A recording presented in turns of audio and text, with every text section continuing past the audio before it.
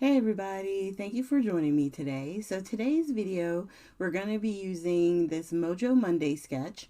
Now this one doesn't have any of the measurements. However, you can definitely pause here, cut up, make your own sizes, and then come join me at the table. If this is your first time at my channel, please consider hitting the subscribe button and hit the notification bell. And let's get to it. So I already have everything basically pre-cut, but I'm using this collection. It's from American Crafts and it's called Jack Frost. And so what I did is I grabbed like a navy blue colored cardstock. It's, I want to say 65 in weight.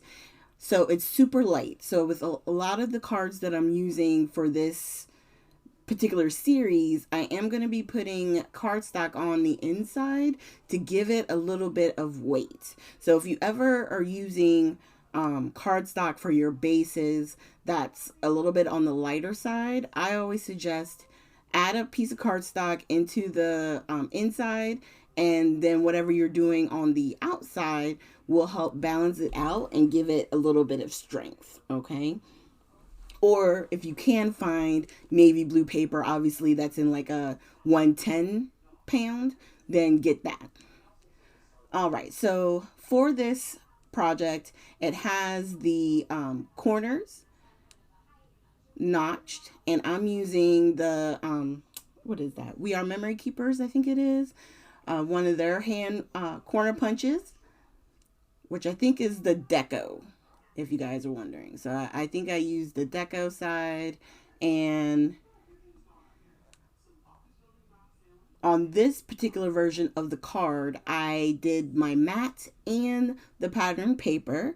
So that way it would basically mirror itself. On the first card I did, which I'll show you at the end, I didn't notch my matte, and it's hard to see with the white a difference between the pattern paper. So using the darker cardstock, it definitely looks better with your matte page and your pattern paper both having the notch edges. And then I like to use my tape and glue. The glue gives me just a little bit of wiggle room time where if I don't put it on straight, I can peel it up and not ruin the work or the card that, you know, we've already put together. So on this strip, I decided that I wanted to make it, I think the matte piece might be like 1.5. And then my pattern paper I did at 1 inch. So then I would have the border on each side on the top and bottom, just like how you see it on the sketch, which is in the upper right. And then I decided to take some peel offs. This one is the matte silver, and I want to say this one, I forget what she calls them, but it's the one where it's all the one size. So there's the pinstriped is the one where it has the 3 sizes, the small, medium, and the larger. But this one is all the same size. And I'm just going to leave enough to flip it under the back. And then I'm going to pull another strip. And sometimes if it's long enough and it's not leaving a whole lot, sometimes I'll just use the one strip and just tuck my ends and call it a day. But you can save the extra, and then like I did, I just put it right back to the sheet. And then if I ever just needed a small piece, I can use what I've, you know, cut off. And I do that because I like to make sure that it doesn't peel up. I don't think I've ever had any problems with it peeling up, but I like the look of it. It makes it neater to me. So after I put the tape down, go ahead and hitting it with the glue. And then we're going to attach this. And this looked like, for me, it went right in the center. So that's what I'm doing there. I'm holding it up so I can basically see and make sure that I got it lined up and even. Okay, so once we get that, then for the sentiment, which I already have cut out, I decided that I wanted to do the notched edges on that as well. Now in the sketch, you could use brads if you want. You could put gems on the corners or whatever decorative thing you wanted to use. I decided not to do that, and by using the notches, it gives it an element of pizzazz. You know what I mean? Like, it gives it a little something something without having to use any other materials. All right, so once we have that, we're gonna take the backing off the foam.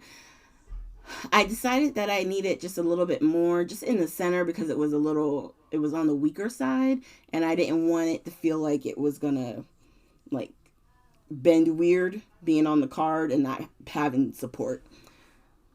So I'm just taking the backings off, and usually when I use squares, foam squares or form tape of any kind, I always put a little dot like I'm doing right here, and that too gives me just a little bit of wiggle room, because sometimes the foam squares, once you put them down, that's it, and if you're off or crooked even a little bit, you just got to live with it.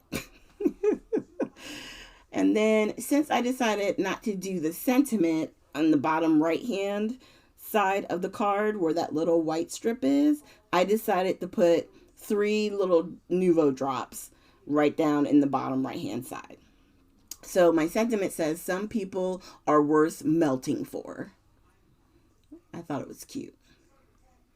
And then on this one, you can see what I was talking about in the corners where I didn't notch the white, and it doesn't stand out. So my thing would be, if you want the definition, the separation, then notch your matte paper as well. If not, do what I did on the other one, and you can leave your matte, and then if you wanted to, you could put gems in the corner to give it a little bit of an accent, something to give it distinction. Okay, so thank you guys so much for joining me today.